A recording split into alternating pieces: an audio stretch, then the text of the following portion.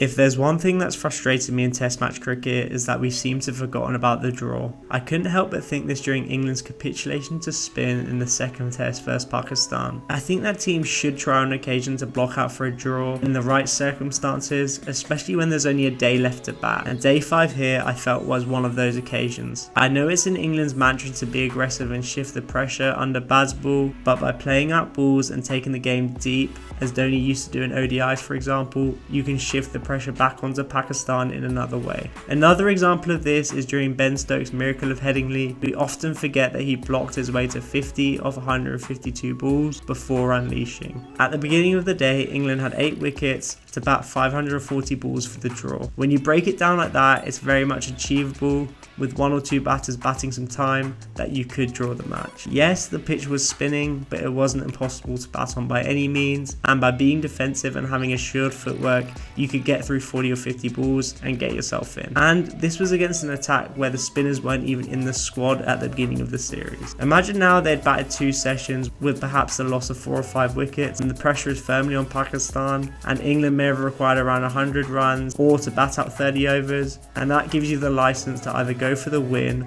or play out the draw. I think the fundamental mistake here is that Bazball works really on true pitches on day 5, which you still get in England, but on spinning pitches you can't just hit everything out, as you need to be precise with your footwork, as the slightest bit of turn will cause you to mistime the ball. And yes, England could have been really defensive and been skittled out either way, and we'd be saying why were they so defensive, but I think generally teams just don't try and block out matches anymore. You may call me old fashioned, but I felt like this game was crying out for an old school Faf du Plessis or AB de Villiers and Hashim Amla blockathon. But let me know what your thoughts are in the comments, and if you think England played the situation correctly.